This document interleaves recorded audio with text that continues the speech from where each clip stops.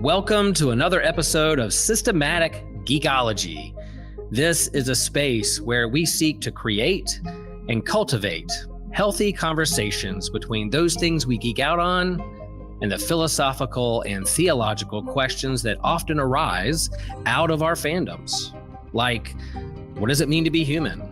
What makes a hero? What makes a villain? How do the stories and narratives we geek out on shape how we live in the world? We are your priest to the geeks. We aren't all ordained, but we see ourselves as mediators at the intersection of geek culture and going deeper in our faith. We don't always have to agree, but we do respect each other, and we see everyone as a beloved child of God. Everyone geeks out on something, so come geek out with us and enjoy the show.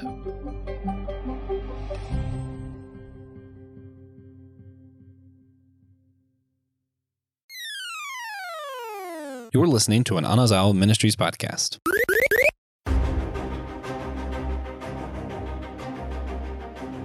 Hello, fellow geekologists. Welcome to another episode of Systematic Geekology. We're so glad that you are here with us. There are lots of things to geek out on. There's a lot of geeky content out there. There's no shortage of things to geek out on. And I have some friends with me today that we're going to geek out on a subject that I've been looking forward to get to. We've done this with Marvel. Now we're going to do this with DC Comics. More on that a little bit. I can't do this episode alone. If I did, it would just be my voice and people would cut it off after 2 minutes. So I'm glad there are other voices here with me, Christian and Kevin. Kevin, what are you geeking out on these days? Let's see. Well, good to see y'all. Always fun being here. Let's see. I went to the comic shop a couple weeks ago, picked up a bunch of trades. One of them, I know I mentioned in a previous episode, I got a really big kick on the Harley Quinn animated series after like starting it way back when it premiered and then getting back into it. So I found the tie-in comic that is set between seasons 2 and 3. So like if you watch the show, it's when Harley and Poison Ivy ride off into the sunset. And like then when season 3 starts, it kind of like takes place some time after that. So this fills in that gap in between there, has them on like sort of their honeymoon and appropriately, the show is very irreverent. So it's called Harley Quinn, the animated series, the Eat, Bang, Kill tour. Being like just very much like focused on their dynamics. It does bring in the other like King Shark and Clayface and them sort of in a cameo, but it's mainly focused on Harley and Ivy. Really fun one. The writer is T. Franklin, and it's a really good, if you're into that show and you like the vibe of it, it stays very faithful to it. The art is very reminiscent of the animation style. So that one's just a lot of fun. I picked up that, a few others, like the latest Something is Killing the Children volume, which is one of my favorite series. Yeah. And then, what else is there? Yeah, so some random ones like that. But yeah, those are a few of the things. And still watching Smallville, as we were talking about before we were recording. Yeah, and you're getting ready to go to a Comic-Con, a pretty big one, and get to meet a pretty cool Jedi there. So reveal. We don't want to jinx anything, but you're getting ready to meet Anakin himself. I am. So I'm going to Awesome Con in DC, not this weekend, but the next. Got my photo op for Hayden Christensen. My caregiver and I are going to do the photo there. And then also from Smallville, Tom Welling and Michael Rosenbaum will be there. Charlie Cox from Daredevil, several other big names. So it's going to like very much damage my bank account, but it'll be worth it. Yeah, that's worth it. If you're going to geek out and spend some money geeking out, then that sounds legit for sure. Christian, what are you geeking out on, buddy? I am halfway through the new Netflix Avatar series right now. Okay. Should be finishing it fairly soon. Ultimately, right now, I am positive I have some gripes and I've heard some things I don't particularly like, but I will wait until I've actually watched it to have my opinion on that. So, such is life in the geekverse. Such is life in the. If that's not a summary of what it's like being a geek these days, I don't know what is. I don't want to go off on a whole tangent here, but like I was a huge Last Airbender fan. I watched the first couple episodes. I didn't necessarily like hate it. I didn't love it. It was just kind of there for me. So I'm like not like dying to get back into it, but I may give it another shot. There you go. I understand that. Yeah. I did like, I would very much like I very much like the casting. I will say that. They did Cool. really Yes, good I'll over agree there. with that. I'm halfway through the first episode, and so yeah, I want to get in, but there's a lot of things out there, and I want to get to it super fast. It's on my geek urgency list, but we'll see what happens. Yeah, anything else, Christian, or is that kind of mainly it, or a couple other things? Mainly it for right now. Yeah, yeah, I've been geeking out. I love the start of the Bad Batch. I love the first 3 episodes. I like the tone. I like what we're doing. I like that I get new Star Wars content every week on Wednesday mornings. I can wake up and have a coffee and watch an animated cartoon. I'm pretty excited about that. I finally wrapped up watching The Bear, 2 seasons of The Bear, which is a phenomenal TV show. Winning all the awards. It is very complex. Talk about family systems and food and restaurants and people yelling at each other for 30 minutes, but you get to see why they're doing it. It's just fascinating. The soundtrack and music's compelling. Man, I love that show. I was late to the game, but finally finished it. Can't wait for the next season whenever that happens. Hopefully maybe this summer. So we'll see. And then I'll also share that like I have a couple writers and creators with me on this episode that for my Lenten discipline, I have this book in my head called God as a Surfer.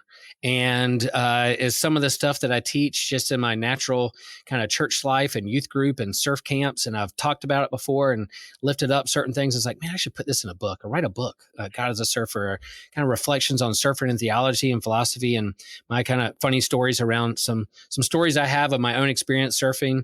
And my Lenten discipline is every day to write a little bit in that book, whether it's a sentence or a paragraph or a couple chapters, depending on how the muse hits. So yeah, and it's going well. And I'm loving it. Like this whole like commitment to writing each day and seeing where this thing is going to go.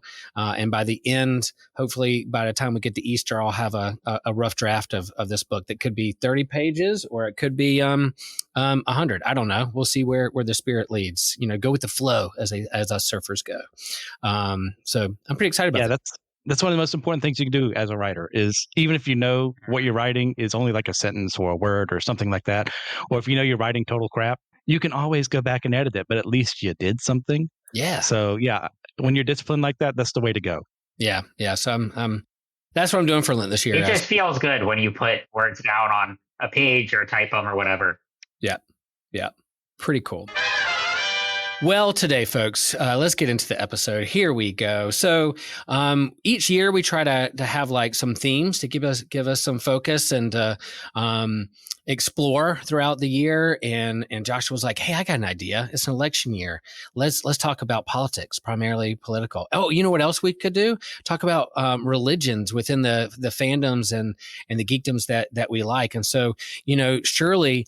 No one will get mad at us if we talk about politics and religion in our fandoms. But no, these are realities in our world that we have to face and wrestle with in our real world. And they show up in our fandoms, in our stories. Anything from the Bear to Harley Quinn to the comic books we read or Star Wars. There's politics, there's religion, there's a world that people build and spirituality and deep identity beliefs and how we think the world and our fake worlds should operate is a big part of that. So we did this with Marvel. We talked about the deities or those as powerful as deities in the Marvel universe and the religious superheroes in Marvel. And man, Christian had a blast just kind of running through a list of entities and deities in that universe and religious superheroes.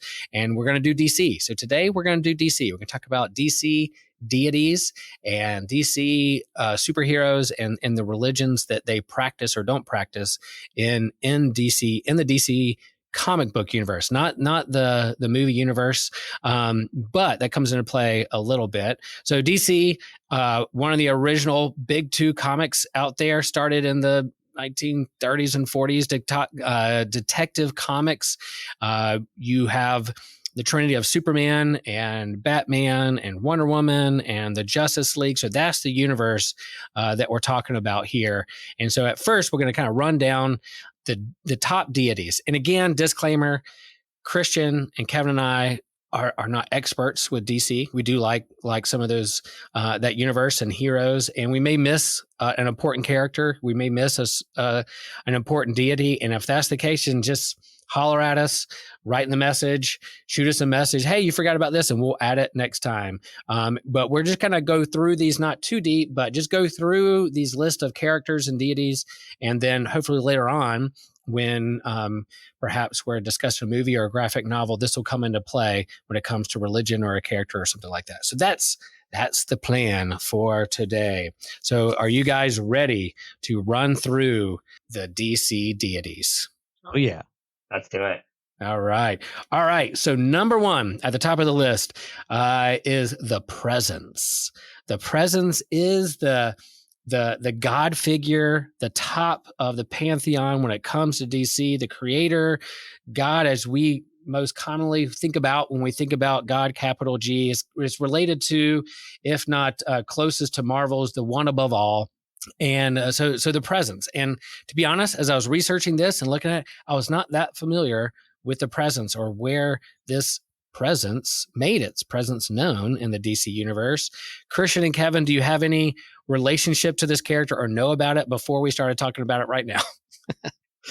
Actually, so I'm probably the bigger of the DC fans, and I don't know as much about like that's the interesting thing about like the DC lore and stuff. Characters like this, you kind of have to really dig for them. There's obviously a lot of deities and mythological stuff in there, but like I think the Spectre and some of those are more familiar to longtime readers. But this one, oddly enough, I don't. I can take a guess as to where it might show up, but I don't know as much. And that's why this episode will be as much a learning experience for me as anyone else. Yeah, and we hope that like you hear a character and like I don't know much about that. Man, there's DC fandom pages and Wikipedias and stuff that you can go deep dive and explore and look at some of the comics that they're found in. So we're going to mention these. And if you want to go deeper and something that appeals to you or sparks some creativity or man, I want to go down that rabbit hole, then go for it. That's kind of what we do. Christian, how about you, man? Yeah, when Kevin and I did the DC cosmology episode, a lot of it was me going, okay, I know bare bones about this person. I know bare bones about them. I actually know this character. The presence was one of those I kind of like tangentially knew about, as in like this is DC's, for the most part, Judeo-Christian God. And I knew him more from his relationship with the Spectre.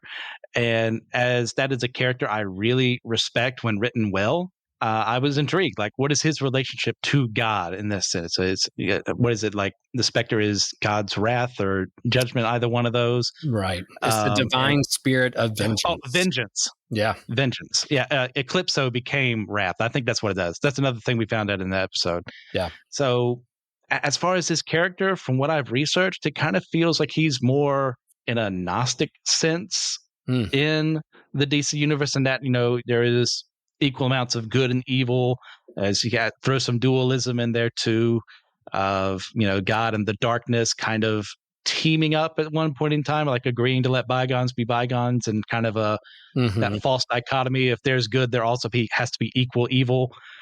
And I get when writers go that way, but obviously where I see things, that is completely incompatible. Right.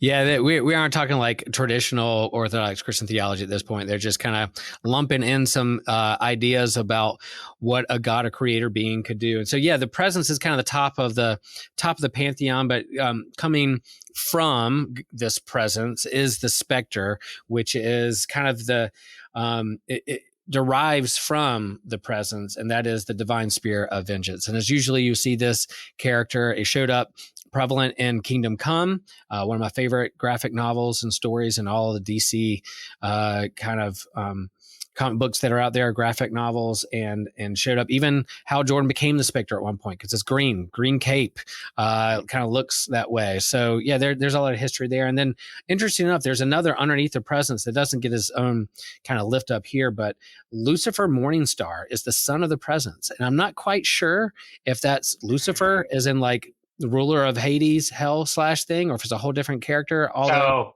yeah, go for it, Kevin. Lucifer Morningstar comes from the Sandman universe, so it's based on like the Lucifer in the Bible, but it's kind of its own version. Like think more of the a Neil Gaiman version of that. But I did not know. I come across that somewhat, but until you said that, I didn't think about that as Lucifer as the son of the present. So that makes sense. But yeah, he like Lucifer Morningstar shows up in one of the early issues of the Sandman. Then they gave it a spin-off, and then there was that series with, I forget the actor's name, but the show on CW a few years ago, that's based off that version of Lucifer.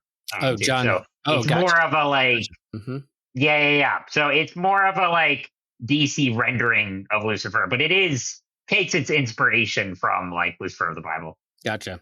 Yeah. And so, so that's all kind of tangled up with we'll talk more about kind of Neil Gaiman's Sandman universe and the Endless towards the end of this list, because that definitely comes into play, because that's definitely some kind of spiritual realm that comes into play big time with the DC universe and the Vertigo universe. But yeah, so that kind of revolves around the presence, and again, it's not harped upon in every single moment of the characters that are in the DC universe, but it's hanging out there.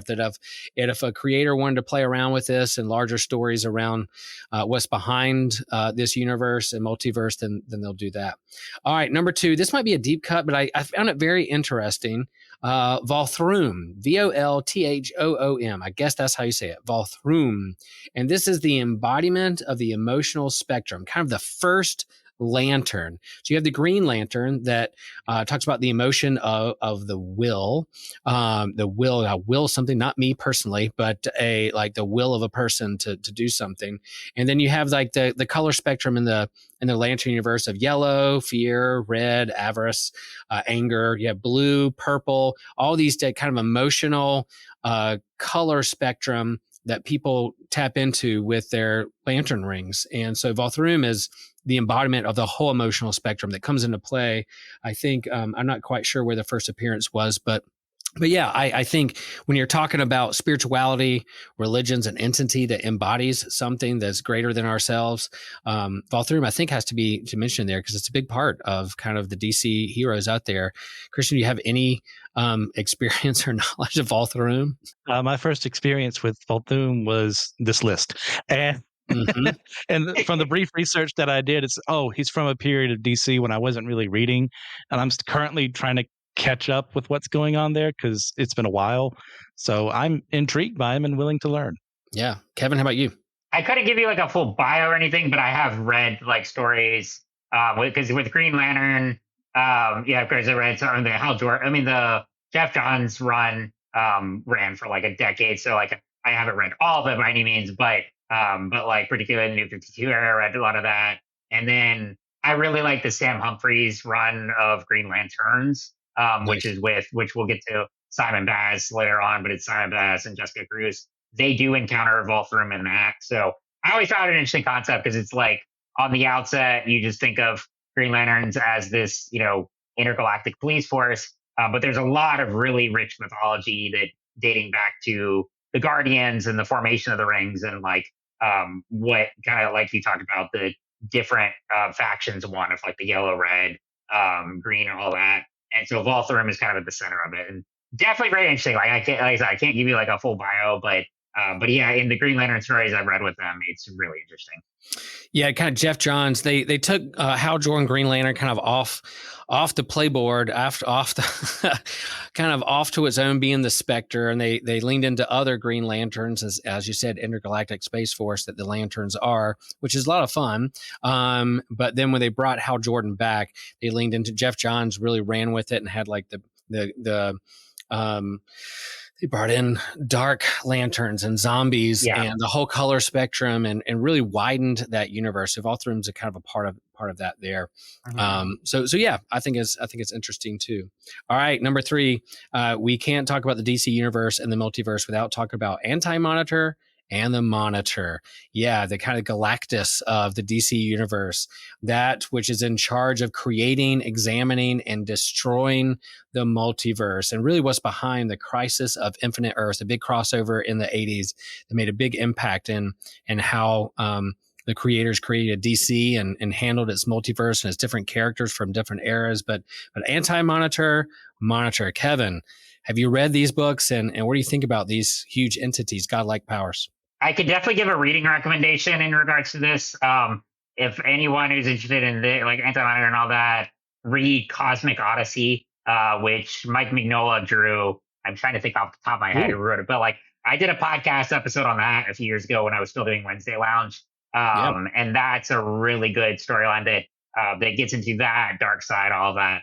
But yeah, I mean, it's this kind of like ultimate life balancing, life altering equation that dark side is after another of the more like cosmic entities in the DC universe. And it's, like I don't know how to describe it exactly, but yeah, it affects the entirety of like life in the universe as we know it. And it's but it is, yeah, that is probably the best comic that I've read in regards to that. And then anything going into dark side, apocalypse, all that really ties into this. Yeah, so these entities, when you're DC, there's a long convoluted history of the different ages and eras of DC and its heroes and reboots, and they really lean into the multiverse. And then at some point, it got so complicated they had to reboot the whole thing, destroy the multiverse, and try to reboot this universe for the modern, common, everyday person trying to get into these comics. And so, really behind all this was the Monitor and the Anti-Monitor destroying the multiverse, and then you had big deaths, you had big crossovers, all that kind of stuff going on with this. And so again, when we list these entities and deities, we're not saying in rank of order of importance or its power, but that all of them have a play in this universe. Christian, do you have a history with Crisis on Infinite Earths, which was the big crossover from way back when, and the Monitor, Anti-Monitor was behind it all? Yes. As is often the case with these crisis crossovers, they kind of get created with the excuse plot of there's something that's happening, therefore we need to solve it and sell these books and make money. And the Monitor and the Anti-Monitor are kind of like one of the best examples of excuse characters that are actually pretty good, ultimately, in that, hey, like you have the Monitor gathering everyone together. Just like, hey, this is my alternate self, really kind of, sort of, who is going to destroy everything as we know it unless we do something to stop him, because that's just his shtick. That's what he's all about. And yeah, is that the deepest thing in the world? No. But is it something that creates an awesome story where we have repercussions for decades to come for DC with Barry Allen and Supergirl and everything terrible that happens as a result of those things? Like, absolutely, yes. There's a reason the term post-crisis became a thing to describe the universe post this, limited series, this crossover event, because of what it did to help restructure the universe, like you guys were talking about, to kind of make the continuity a little tighter, because we're working from the 30s all the way to 86-ish when this is released. So that's 50 some years of however many different writers having their own take on Superman's origin or Wonder Woman or Batman or what have you. Let's make things a little tighter. Let's have a more established way of things, of how, Krypton exploded this time, or how Thomas and Martha Wayne died this time around. And without him, this does not happen. So I love him for how important he is to that. And he's a huge threat and menace. So he works ultimately, in my opinion. Yeah, and we're thinking about what's canon, what's not. We think about that in our fandoms, but also in our religion when it comes to scripture, sacred texts. What's canon, what counts, what doesn't, what's in continuity. All those things is kind of big when we're thinking about these characters. Well, what is Superman's origin? Like, what is Batman's origin? Who is the Joker? Where did Supergirl come from? People have their different takes and write these stories. We just did an episode on fan fiction. And so a lot of these comic books, it's fan fiction. It's different authors creating their story of these characters. At some point, you got to bring it back together at some point. So they create these larger than life villains to try to fix the universe. But yeah, if you think about it, a big external threat, think of, you think of Galactus, you think of Thanos getting the Infinity Gauntlet. You think of Anti-Monitor. All the heroes have to come together and work together to defeat this villain. And sometimes I think about our own world. What would it take to bring our whole world together? Would it take an outside threat from an alien universe to invade us, to pull us together, like Independence Day, to pull the world together, put our differences aside to fight the common threat? But anyway. Yeah, that's a big part of the DC lore and universe, even though I'm not as well versed in that. check out our merch online at the SG Shop. There you can find clothing such as hat, extra soft t-shirts, sweaters, hoodies, and more things like glassware, mugs, bags, and posters. My favorite shirt design is the one that says all reading counts. So make sure you check out the store and find your new favorite merch. I'll skip around one here just because Kevin brought up the next on our list is huge. He's not necessarily a god or a deity, but Darkseid and Highfather is a big villain. Think of Thanos kind of version, even though Darkseid's before Thanos, I believe. Darkseid's a big part of the DC universe and deities. He's shown up in the animated series. He's shown up in the DC movie universe, or they tried to. Yeah, Darkseid, Highfather, Apocalypse, New Gods, New Genesis, a lot of theological language when you talk about these beings in the DC universe. Kevin, Darkseid, man, where did he show up for you? Well, first exposure, like most of DC, would have been in the animated universe as a kid, so in Justice League. But kind of like a quintessential part of Darkseid is like New Genesis and Apocalypse are locked in an ongoing war, and at some point, Darkseid and Highfather, Darkseid being the ruler of Apocalypse, Highfather being the ruler of New Genesis, come to a truce and exchange their sons for each other. So Mr. Miracle is raised on Apocalypse, Orion is raised on New Genesis, and that I always just found really fascinating. I mean, this was very much a Jack Kirby creation and a mythology laid out for DC that also has some interesting history because Jack Kirby left Marvel to create the New Gods for DC. Then when he went back to Marvel, he created the Eternals, which was, very much in that same wavelength of, really dense mythology. But I always loved that, when I got really into the New God stuff, like particularly the Mr. Miracle comic by Tom King and Mitch Gerrits, I think rejuvenated a lot of interest in it. But Darkseid is this, like you said, not technically a deity, but is one of the most powerful beings in the universe, constantly obsessed with just, death and despair. And is basically the Thanos of the DC universe. Yeah. And I just always founded that mythology and the origin of Mr. Miracle and Orion so fascinating, because it's like, that was their truce for each other. It's like, okay, we traded each other's sons for this. And it leads to some really interesting stories there. So I've seen about, the animated series, all the comics, like I said, Cosmic Odyssey is one that Darkseid plays a big role in, Mr. Miracle. There's a lot of others. And then, they tried to do it with the movies. I think, looking at like James Gunn's universe coming forward, I'm sure Darkseid might show up eventually, but it's a hard kind of character and, world building to bring to like a movie universe. It's because it is a really dense mythology. I think it's always better served in a more serialized format, but you also need a big budget. So it's a challenging dilemma there. But those are some of the stories that have really interested me over the years. And there's plenty more. And of course, if you go back to the original Kirby New God stuff, there's so much there. Yeah, I think you're right. Like in terms of all the lists of people that are on our list here, Darkseid's the most intriguing to me.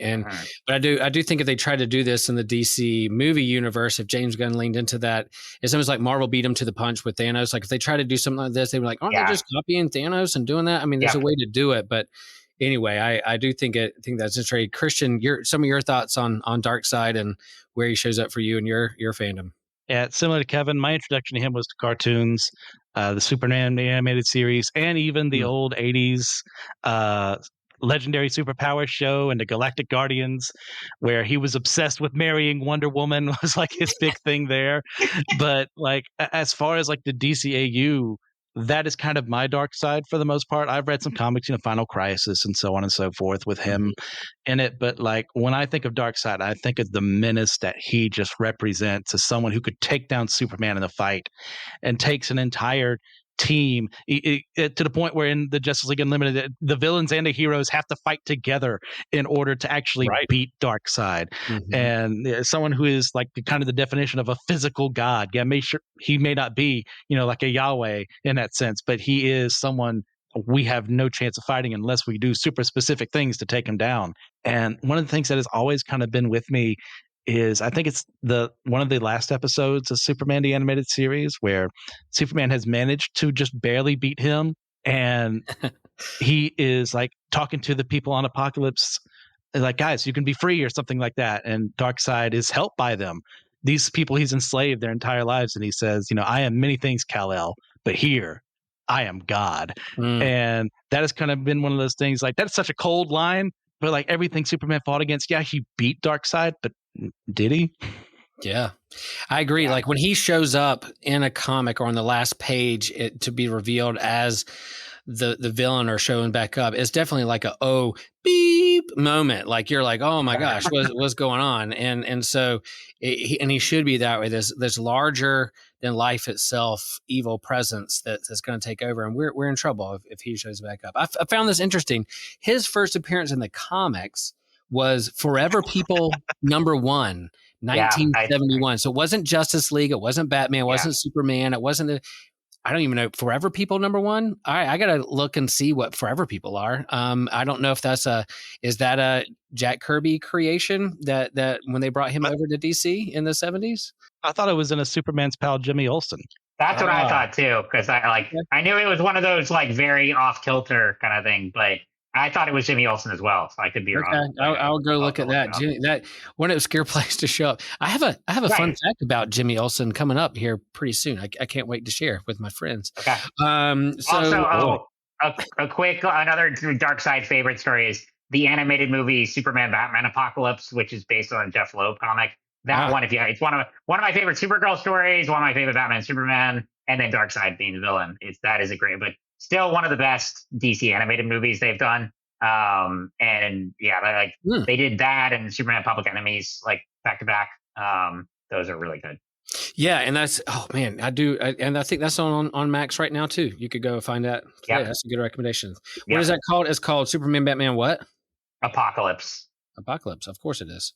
You get to see Batman with a battle axe. That's all you need to know.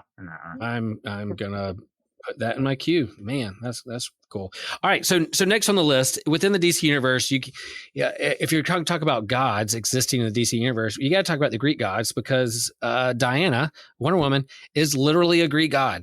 And so you have the Greek gods in Marvel. It really leans into kind of the Norse gods of Odin and Thor is a big part because it's part of their big team of the Avengers. Well, in the DC universe, you have some Norse stuff every now and then, or kind of pantheon of religion, but the Greek gods. Zeus, Athena, Ares, and then Diana, Wonder Woman. You have Hellenism is a big part of her culture, her belief, and part of that. So when she shows up, she's a hero. She's like Superman, but in terms of flight and strength and integrity, but she's a Greek god. So yeah, I don't know what else to say about that, Christian. But in terms of the DC universe, they lean into that. Hercules is a hero in Marvel. They use that as public domain, but yeah, Greek gods is a big presence in the DC universe. Yeah, because it's in DC, as I understand it, Hercules is actually more villainous in that he did some very bad things to Hippolyta, and I think that's actually something that came up in one of the was it JLA and Avengers when Hercules, Marvel, and Wonder Woman meet, and she doesn't trust him because of what happened to Hippolyta because of what her Hercules did. Mm-hmm.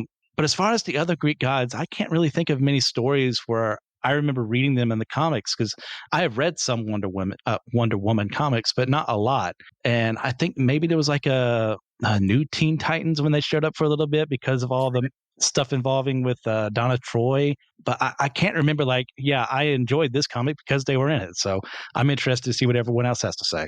Yeah. Kevin, how about you?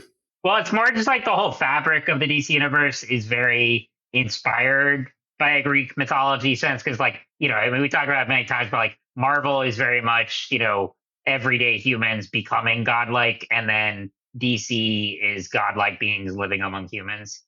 So there's the, like you said, in the Wonder Woman world, it's literal Greek gods are there. But then even across the board, even like Superman, Aquaman, all of them, they're based in a Greek mythological sense. So I think that whole atmosphere just permeates throughout the entire universe.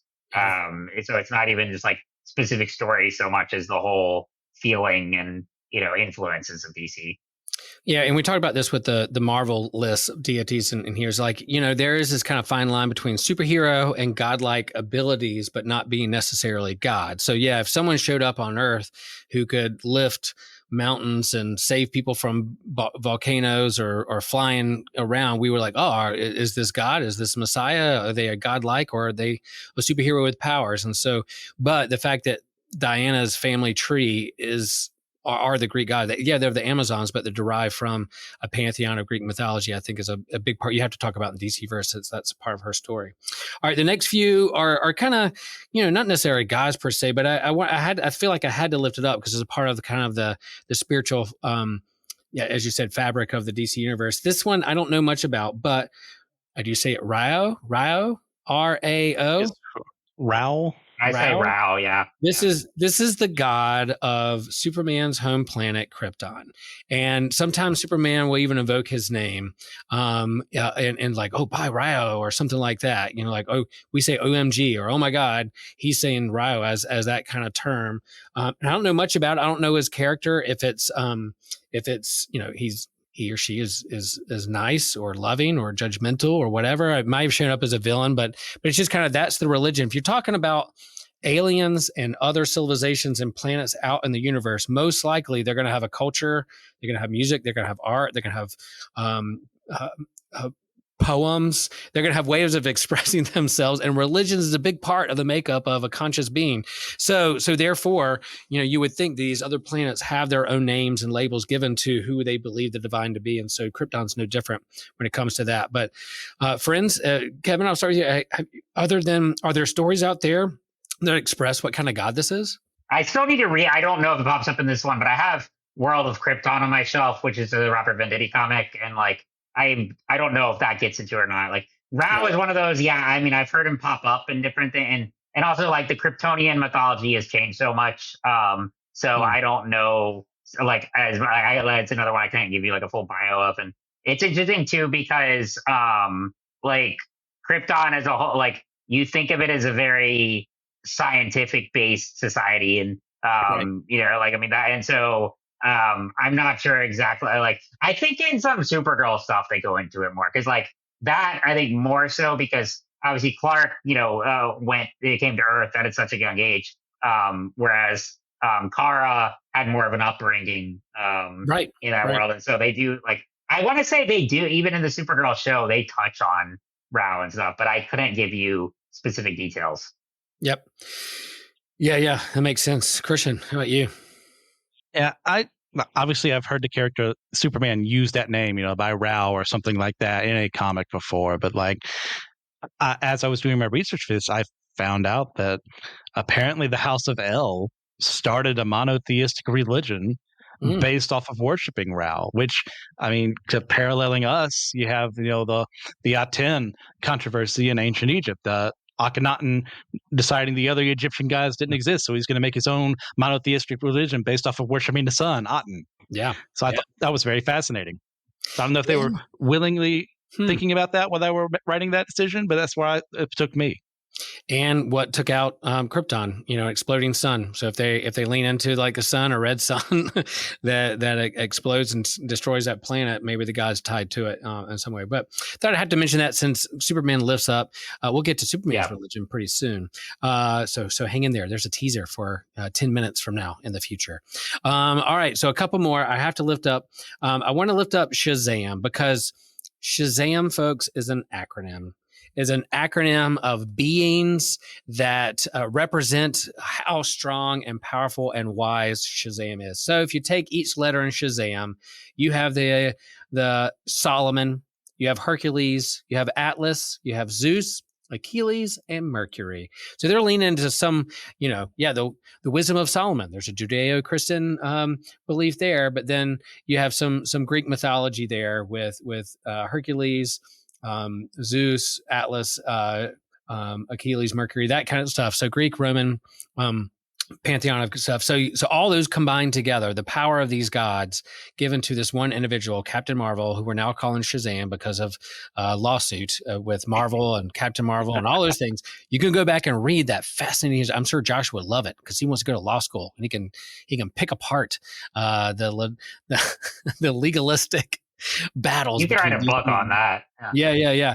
So Shazam, and underneath that is this wizard, an ancient god or guardian of magic who equips Billy Batson with the power of Shazam. I've always liked Shazam because the idea of a kid saying a magic word, turning into a Superman-like figure is super fun. So yeah, call Captain Marvel, now Shazam. We could go deeper and deeper about Shazam and his legacy and the history of the different eras and ages of comics. But if you're going to talk about deities, man, Shazam is a combination of a bunch together. Yeah, this is kind of one of those things where you start off with the premise first, in that I want to make an acronym of the word Shazam. Who am I going to fill in the blanks with? Atlas and Hercules. That's kind of redundant. Yeah. But sure, couldn't have found someone else. It's perfectly fine as it is. I love Billy Batson as a character. He's that eternal, optimistic kid who is in a world where he is like supposedly 10 years older in the form of Captain Marvel / Shazam, which I still hate that they have to do that now, but I understand rights and all that mess. Because I normally just call him Captain Marvel. Yep.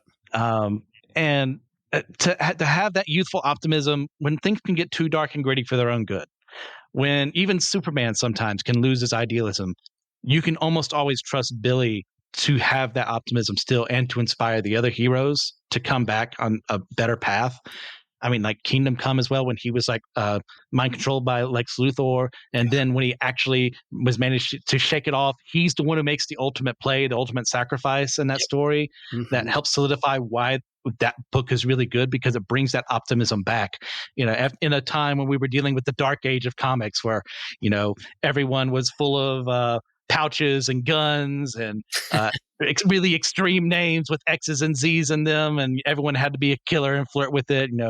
Batman had to be taken over by Azrael, and Peter Parker had to be taken over by Ben Reilly, and all this mess. Like it's nice to have that kind of fight against the current where things were going. Yep. And Mark Waid's behind it, all the master of storytelling when it comes to that. I've always liked Shazam. His story arc in Kingdom. At some point in this podcast experiment that we're doing, we're going to have to talk about Kingdom Come. Maybe it'll be our book reading group. We all read it. We all chime in. Ooh. Maybe at Geek Camp, that's what we focus on. And we tell people on the way to Geek Camp that this is their sacred text that they have to read in order for to discuss because it has big philosophical, theological implications of what it means to be a hero and the larger universe. So good. But Shazam's a big part. Thank you for bringing up that Shazam's a big part of that story arc, because I think that's important. Kevin, Shazam. How about you? I love the character.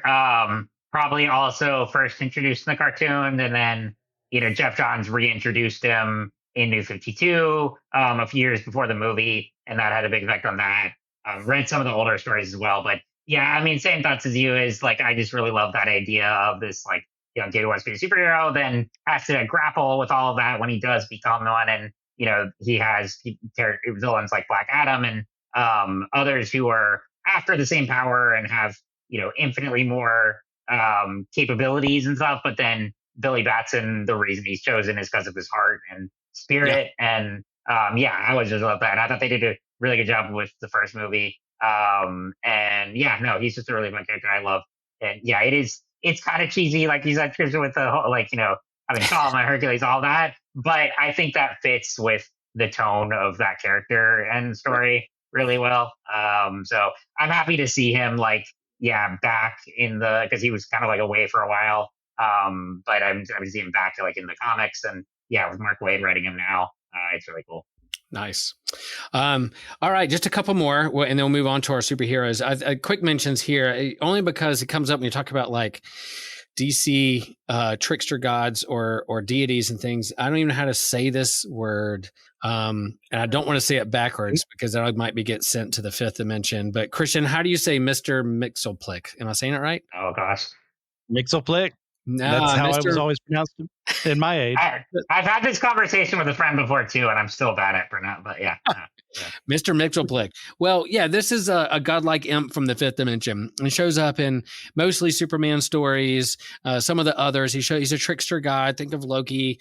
That's how the internet describes him. A trickster god who sits on a cloud, crisscross applesauce, and does trickster things to Superman and the Justice League, and they have to trick this guy to say his name backwards to throw him back into the fifth dimension. And so thought I'd mention him because he's kind of the trickster god of the DC universe. Anything else there, guys? Does he show up in the animated series too? Yeah, he does. In Superman, he does. Yeah. Okay. It's one of the funnier episodes is him, Clark, like just messing with him, trolling him the entire time. Once he learns to I have to say Kitzelplick or whatever the heck it is backwards. Yeah. He mispronounces his name on purpose just for him to go back to the fifth dimension and just trolling him the entire episode. It's really a lot of fun. But I mean, outside of that, there's the Emperor Joker one where the Joker gains the powers of Mxyzptlk and wreaks havoc across the world for Batman and Superman. Then, of course, there's what is it? Whatever Happened to the Man of Tomorrow, I think is the name of it. Yeah. Where he decides, hey, for the past 1,000 years, I've been a practical jokester and a pranker. So now I'm going to be evil for the next 1,000 years. And you see, this is real bad. We don't want this. Nice. Cool. Yeah, super fun. All right, one more. And we talked about this because Kevin talked about it earlier. When you're talking about the spiritual realm of the DC universe, you have magic users, you have big deities, you have super strong villains from other planets wielding godlike powers, but you also have this Vertigo Sandman universe called the Endless, and this is Morpheus, also called Dream, also called Sandman, coming from Neil Gaiman's Vertigo line from the late 80s, early 90s. They made into a Netflix show, but this whole realm, creepy, occult-like, dream-like person that even death shows up like is a whole different thing from the mind of Neil Gaiman, which is brilliant. But also it's there within the DC universe because Vertigo is like their mature readers audience. You can go back, and if it's Vertigo, it's rated R-ish content for their readers. But yeah, do you guys have, Kevin, you have much experience with Sandman? Have you read those books? I've read a little bit, but not gone too deep. I mean, I love Sandman. I haven't read all of it. I've got the whole collection in trades, and then some of the spinoffs and everything.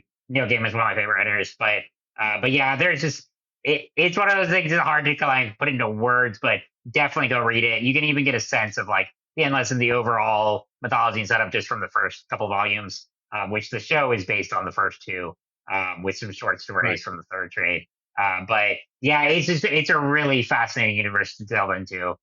Like you said, it's this dreamlike. Morpheus is almost more like, I mean, he is the point of view character, but he's more like a narrator that where you see people's dreams play out, and he is like the filter through that. And yeah, it's just, I mean, it's such a great book. I just highly recommend. It's legendary. Anytime you Google top 10 graphic novels of the last couple of decades, Sandman comes up just because it's Gaiman and Vertigo and that kind of stuff. Christian, do you have any experience with this universe and this part of the world? The Vertigo stuff is like a huge blind spot for me for DC. Not that I've never wanted to get into it, but just hasn't been a high priority. So outside of some Constantine stuff and some Swamp Thing stuff, I've never really like engaged with the Sandman side of things. Right. Gotcha. You would really like it, I think, Christian, because especially, I don't know, with your taste, especially your taste in Stephen King and stuff like that and horror, like I think you'd really love it. That's what I've heard. Yeah. Cool. There you go. Recommendations. All right, we're going to transition from the deities of the DC universe and godlike beings to our superheroes of the DC universe and their religions, what they practice, what shapes their life, what orients the way they see the world and how they operate in the world. And so I found it like, it seems like Marvel has more religious superheroes or goes in there a little bit more. Maybe it's there in the DC universe, or maybe I'm just not as well versed, but it just seems like Marvel has a few more explicit ones. But then, researching these heroes, they get backgrounds, and people talk on Reddit and different message boards about where they've seen how they've talked about this. But to start here, we can't talk about DC heroes without talking about the big three, the Trinity. We're not talking about the Holy Trinity. We're talking about the Trinity of the DC universe: Superman, Batman, Wonder Woman. All right, pop quiz. Christian, Superman. What What denomination is Superman? What church does he go to? Before I read your email, I would have said vaguely evangelical. So Methodist is the true answer. There you go. Ding, ding, ding, there. ding. Yeah, I can't believe Superman's Methodist. Ma and Pa Kent grew up devout Methodists, and so of course Clark grew up in that household and went to church with his parents. And good old boy who go to church with his parents and do that, and that shaped his life. And even Clark and Lois's wedding was in the Methodist church. So yeah, he grew up Methodist. Yes, he says by the power of Ra, or talk about his Kryptonian God, that kind of thing. But in terms of his world, grew up Christian in a Methodist household. And a couple other things I would say that I found out in research. And did you know that Jimmy Olsen is Lutheran? No. Yeah, there you go. Jimmy Olsen is Lutheran. They say it's kind of vague, but is mentioned in a couple places. He's not a hero. He had his own series. There's times when he's gotten in close to red kryptonite and turned into Elastiboy or whatever his how his powers manifested. But Jimmy Olsen, Clark Kent's best friend, the photographer. I love that character so much when they write him the right way with Clark and their friendship. As a Lutheran minister, man, I love it that Jimmy Olsen is Lutheran or vaguely Lutheran or somewhere out there in the DC universe is Lutheran.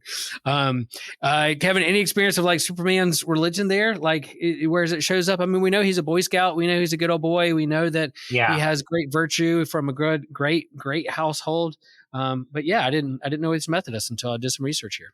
And I'm curious when they made that transition, because I mean, Superman was created by two Jewish guys, and in the original, I think that stays prevalent, and then he became more of a like Jesus analogy later on. And I knew being farm boy from Kansas, like it makes sense that his parents either Methodist, Baptist, one of the predominant Protestant denominations. But that is the interesting thing about his evolution, is like when that transition happens, and looking at both his origins from a creator standpoint and then his evolution throughout the decades.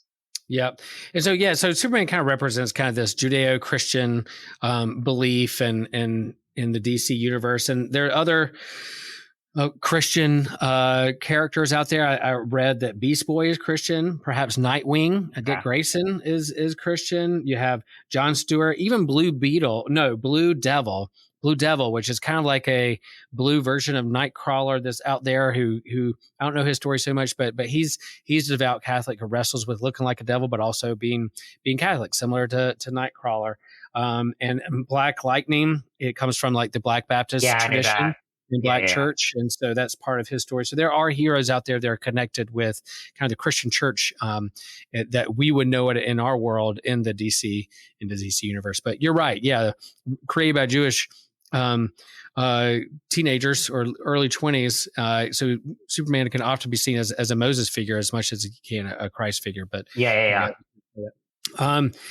we're gonna move these through a little bit further. Batman, he is agnostic or atheist. And Thomas and Martha Wayne were churchgoers, and that was a big part of Thomas Wayne's life. But of course, with the family trauma and childhood trauma that Bruce experienced, and he's now like a man of science, detective in mind, and he's going to figure things out and fix the world. He really leans into how can a just and loving God take away my family like this, and I need to go out there and fix the world if God isn't doing it. So, that's what he leans into. I've made this recommendation many times out there, but a good graphic novel that delves into what he believes and is skeptical about or wrestles with his doubt is Cold Days by Lee Weeks and Tom King.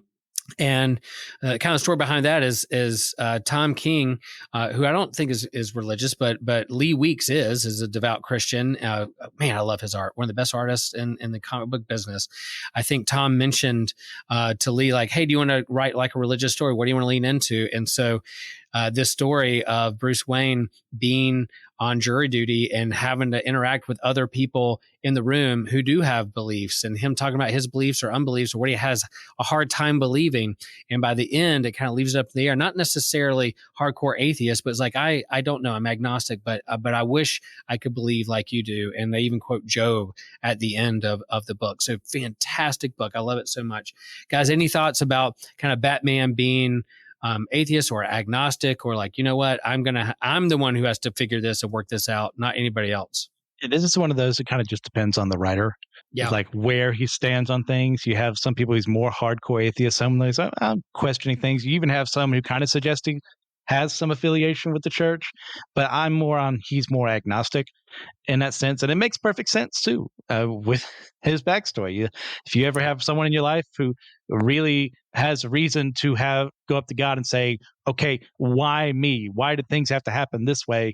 What did my parents do that they had to die in this specific situation here? And then I had to live through hell to get the training I'm at right now. Like, are you really up there? Do you really exist? That makes perfect sense, because you could so easily write that character as like a Hollywood atheist to be like, one bad thing happened to me and therefore God doesn't exist. So no, he has all these multiple things and he's questioning them. Like in the same way, like someone like Mr. Terrific is an atheist, despite being in a world where there are literal gods running around. Like, how do you have that, faith as it is and not having a faith when those things are around? It's like, hey, like, as far as I can rationally explain things, yeah, they look like gods, they have the appearance of gods, but I'm not going to call them the God that I should worship because I don't have enough evidence yet. Yeah. And we talked about a little bit at Marvel, like Tony Stark is kind of that figure of a man of science, a man of invention, a man of technology and progress and humanism. But then, he's literally fighting with a Norse god and seeing all these galactic entities and things, Doctor Strange, a spiritual realm, that kind of stuff. But Kevin, I know you're a Batman fan. Big part of your fandom is the animated series. You're a churchgoer and a person of faith, like in terms of Batman and where he stands. How does that sit with you? I think I agree with Christian. I think like the agnosticism makes sense, like where he's not going to commit to like one faith in particular, but I also don't like, it makes more sense to that than being an outright atheist, because, well, part of what you said too about like him dealing with the supernatural all the time to begin with, but also I think one of the things that when Batman's written really well, I think people like to confuse him as just this like all about angry, like, oh, my parents were killed, hence I just want vengeance, stuff like that. But the thing about Batman when he's done well is he has, even though he like clouds in the darkness, he has a hope and that guides him, and he ultimately wants to. The reason he fights so hard is that he doesn't want what happened to him to happen to other people, and he believes that, and like, he can be misguided for all, his skills and his intelligence, but yeah, he does have this inherent hope that guides him. And, it's not going to be the like outright, religious or like always optimistic outlook, but there is that spiritual sense within him. And I think Tom King is probably the best writer to tackle that lens. Like, if Tom King is the kind of guy, he can easily write a comic about two superheroes, like just engage in a philosophical discussion and do it really well. So I really like how he went deep into that, whereas even some of the great Batman stories have great themes and have great explorations of the character. But that was kind of one topic that was always kind of like, maybe a little pushed to the side, whereas Tom King really went deep into it. And I always found that really fascinating. Yeah, and the fact that Batman is determined. He has a mission. No one's going to break him from that. He's trained.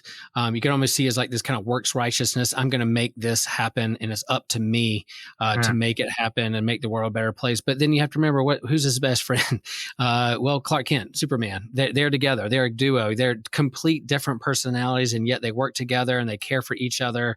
And so that I can't help but think that faith and hope doesn't rub off on Batman, and then hopefully part of Batman's determinism and work hard will affect Clark and Superman as well. So that's a good duo. All right, so the third person on the Trinity, Wonder Woman. We talked about this. We don't need to go too deep or too long, but Wonder Woman. She practices Hellenism. She's a Greek god. She's around Greek gods. She sees all this. So that's kind of what she practiced. I don't know in terms of her piety and religious practice, what she worships and how she prays and where she goes to worship and stuff. But it's definitely a part of her world and family tree is this kind of Greek god and Hellenism behind it all. Anything else there to add, Christian, you think, when it comes to Wonder Woman? It's easy to see why she would end up that way. I mean, she is literally formed by the Greek gods from clay into who she is. Like, oh, well, if you made me, well, yeah, I think a lot of you are really reprehensible, but you also made me. So there's that connection from her very origin. Be like, yeah, even if I don't always agree with them, there's still something about me. Without them, I would not be here. So I will worship to that extent towards them. Yeah, that's their family tree. Cool. So look, that's kind of Christian, atheist, Hellenism, paganism, but then we move into the Muslim characters, Jewish characters. You mentioned earlier, Kevin, I don't know this guy, Simon Baz, who is kind of a Muslim character in the DC universe, who's a new-ish Green Lantern. What do you know about this guy and his connection to Islam and being a Muslim? I kind of remember when Simon Baz was introduced in New 52, and then I mentioned earlier the Green Lanterns run by Sam Humphries with him and Jessica Cruz, who are two of my favorite Lanterns. It's like that series is a really good buddy cop, like rookie, but there are two like rookie Green Lanterns who are assigned to Earth while Hal and some of the other long-lasting characters go off to do intergalactic stuff. Simon Baz's family and religion are core to his character. He is openly Muslim. His family is prevalent in a lot of stories with them. So it was always and then what I really like about the dynamic between him and then Jessica Cruz, I don't know if it goes as much into her religion, but one of the things that's about her character is she has anxiety and she deals with that a lot, and the two of them are both outcasts in that respect. Simon Baz deals with a lot of Islamophobia. She wrestles with her anxiety and being part of this, large intergalactic police force. So I really like the stories with them. But it's worthy of comparison, Simon Baz to like Kamala Khan, in the sense that both Muslim characters in a established superhero universe and their family, their culture are essential to their characters and are deeply explored. Yep. Yeah. Christian, do you have any experience with that character? I don't as much. I do remember he was introduced, and part of me, the cynical side of me, is like, oh, Kamala Khan's a hit, in Marvel, so DC has to fix theirs. But there's been plenty of times Marvel's looked at what DC's done and created their own version of it. But it's in the zeitgeist of kind of the culture and religion and thinking about the other person, our neighbor, those who are of different religions than us, and lifting that up, I think is pretty important. I know nothing about this guy other than I've heard the name, and that's about it. Gotcha. Cool. Well, there are Jewish superheroes in DC Universe. It's not focusing on as much. I'm just going to list a few. You mentioned Harley Quinn. Harley Quinn's supposedly Jewish. I don't know if she's a great representation of Judaism, but yeah, she's supposedly Jewish. Batwoman is. Hal Jordan has a Christian dad and a Jewish mother. And there's been times when he's mentioned that he's celebrated Hanukkah, but also raised in kind of a Jewish Christian household. And that happens a lot. I have members of my church who are Christian, who's married to someone who's Jewish, and they share holidays and go back and forth and that kind of thing too.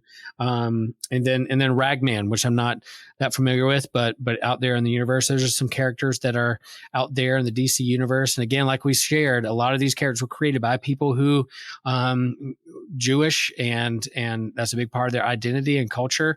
And so part of their struggles, part of their vision of the universe and justice and what is right and what makes a hero and a villain is a big part of that religion. Anybody else out there we need to lift up who is Jewish in the DC universe?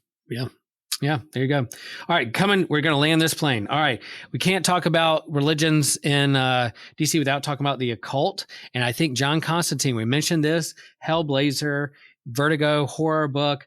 Alan Moore creation. Yeah, if we're going to talk about religion and those kinds of things, man, you have the occult, you have the supernatural, you have hell, demons, monsters. Where are they coming from? What animates that aspect of that side of the universe? Well, you have John Constantine weaving in and out, a crass character, not maybe sometimes a hero, anti-hero, wears a trench coat, smokes a lot, but yeah, he weaves in and out of this kind of occult, spiritual dark realm. Guys, any familiar with John Constantine? I like it when he shows up in the comic as a cameo, but I haven't gone deep dive into him. Oh yeah, I think as far as like full like I mean, I'd seen him before, but then one of the first stories I read with him was the New 52 Justice League Dark, which is really good. That brings in all the occult characters. Right. So yeah, and like I mean, but I really love Constantine and Etrick and the Demon, all of that. There's just Constantine is just a really fun, like, you know, smooth talking, crass individual.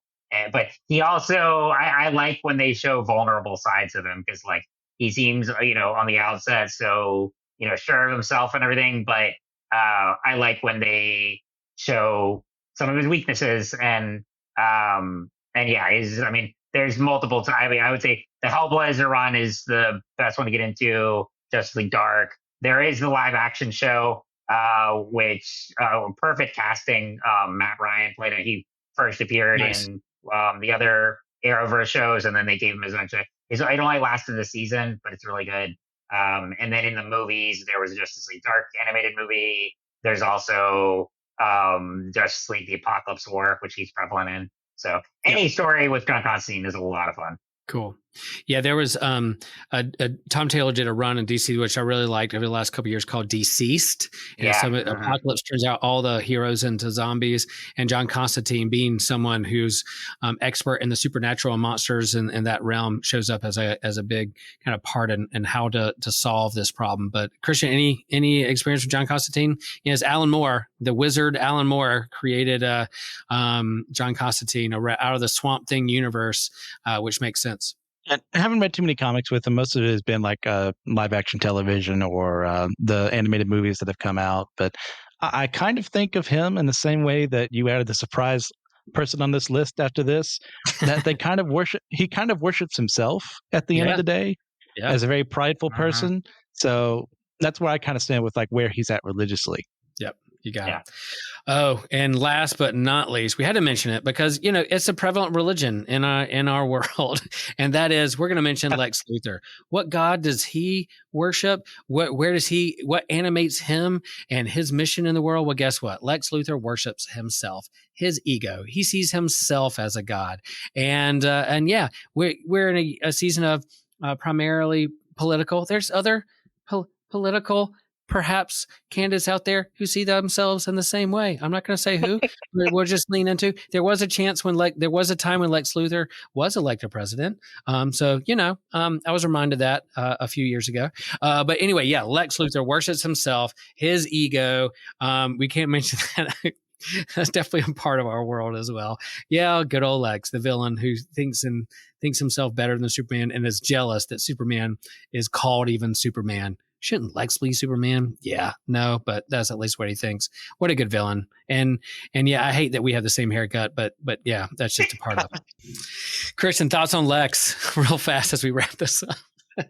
Yeah. I love Lex Luthor so much. He is kind of the pinnacle of as someone who stands up intellectually against Superman, and as someone who worships himself and loves himself so much. He is the kind of person. He and Dr. Doom are some of my favorite villains because I kind of see a little of myself in them, and I've got to be careful about curbing those instincts. Yeah. So they're like the ultimate stop sign for me as a person to go like, this is what you could be if you're not careful. Do not pass go. What a good cautionary tale. There's Lex in all of us. And so, yeah, that ego, want to worship ourselves, or we think we're the center of attention and want to be, and why is the other person the center of attention and not me? Shouldn't I be in that position is a big part. Kevin, yeah, Lex, he's been around a long time. The animated series, all that stuff. Quick take on Lex. Also one of my favorite characters, and especially now watching Smallville, I love that version of him where they especially make you more empathetic toward him. And like I mean, in that universe, you wonder, oh, would he have gone down the villain route if Clark had just told him about who he was? And so I really love that dynamic. But even when he's a straight up villain, he's always so compelling. And yeah, it's like we like to think that, oh, well, I would never be that bad. But that's the thing about human ego. It can be very dangerous and very, it can be the downfall of anyone who's not careful with it. One of the best characters just in all of not just DC, but comics and pop culture as a whole. Yeah, you Google top 5 villains of all time, fictional villains of all time. Either top 5 or top 10. Lex Luthor should be up there as it. Well, that's it, folks. Those are some of the deities, some of the religious superheroes in the DC comic book universe. What did we miss? What did we not talk more about? Let us know. Reach out to us on the socials. Shoot me a personal message and say, yeah, Will, you should change your haircut because you look too much like Lex Luthor on a Sunday morning. We're like, I can't help that. I didn't create that. But yeah, let us know how we did. I really love these episodes where we kind of go through that. And there'll be characters. And really throughout this entire episode, we've lifted up recommendations if you want to go deeper with any of these characters to share about and go deeper in, then yeah, you're welcome to do so. We'll probably do that over the course of our life as Systematic Geekology as well. Thanks for listening. We know there's a lot of choices out there, a lot of geeky content. We're glad that you chose to listen all the way to the end and be here with us. Support us, lift us up, share with a friend. We appreciate you. Know that you are appreciated, that you are loved, and that you're loved with a stronger love with the love that is stronger than death in this season of Lent heading towards Easter. Folks, this was fun. Christian, Kevin, you guys are awesome. Some of my favorite geeks of all time. And remember, share the faith, share the geek.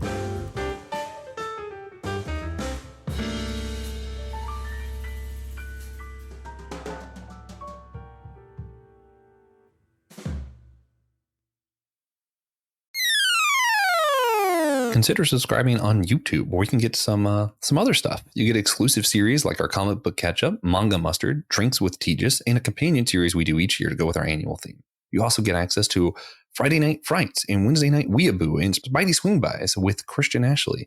You get access to other exclusive shorts, like what I'm going to be doing soon are non-canon, where I'm going to be reviewing different IPs that are outside of canon from our favorite fandoms or the Bible and discussing whether or not it should be canon. You also can get a short of Will's Wednesday pull list. So if you're into comic books, Will goes through his favorites of each week's pull list for himself. You also get other bonuses over there. Most of our surprise content we'll put straight to YouTube going live over there that you can check out. And a lot of our regular episodes are also posted on YouTube if you just want to see our smiling faces. Hi, my name is TJ, and I'm here to tell you about the Anazal Ministry Podcast Network. We have a bunch of shows on AMP. You can follow the entire network in a single feed on Spotify at Anazal Ministry Podcasts or on the network page on Apple Podcasts. Some of the ones we're running right now are the Homily, which is Pastor Will's homily messages from Holy Trinity Lutheran Church in Chapel Hill. We have the Whole Church podcast, which one of my favorites. It's where myself and Joshua, we interview leaders from different denominations and backgrounds to work for a full church unity, Big C. We have My Seminary Life by Brandon Knight, former host on Systematic Geekology. He discusses his experience at seminary and discusses seminary topics so anyone can access the knowledge, which is kind of cool. It's like the book, everything you learn in business school and then everything you don't learn at business school. It's great. We have Let Nothing Move You by Christian Ashley. He goes through the Bible kind of like it's a Bible study to explain the biblical narrative through his perspective and what he's learned. Dummy for Theology, which is Joshua's show, he discusses various theological topics in an attempt to show every side of big discussions. That leaves you with more questions than answers, which everyone loves a lot. It's kind of a continuation of a series that we did on Whole Church, but it's really good. It's really fun. We have the Bible After Hours, where the foul-mouthed preacher goes through the Bible from a progressive view to challenge the status quo of the modern church. I love that one. If you're from a more conservative background, that one I find will probably be the most helpful for you. Definitely check that out. And we have the Clydes. Taylor and Elizabeth Clyde go through weekly discussions in a devotional, conversational method to help us get closer to one another and God. That's just a little review of what we do in AMP and all of our other shows. So check that out, get subscribed, and just start getting all that free content, you know?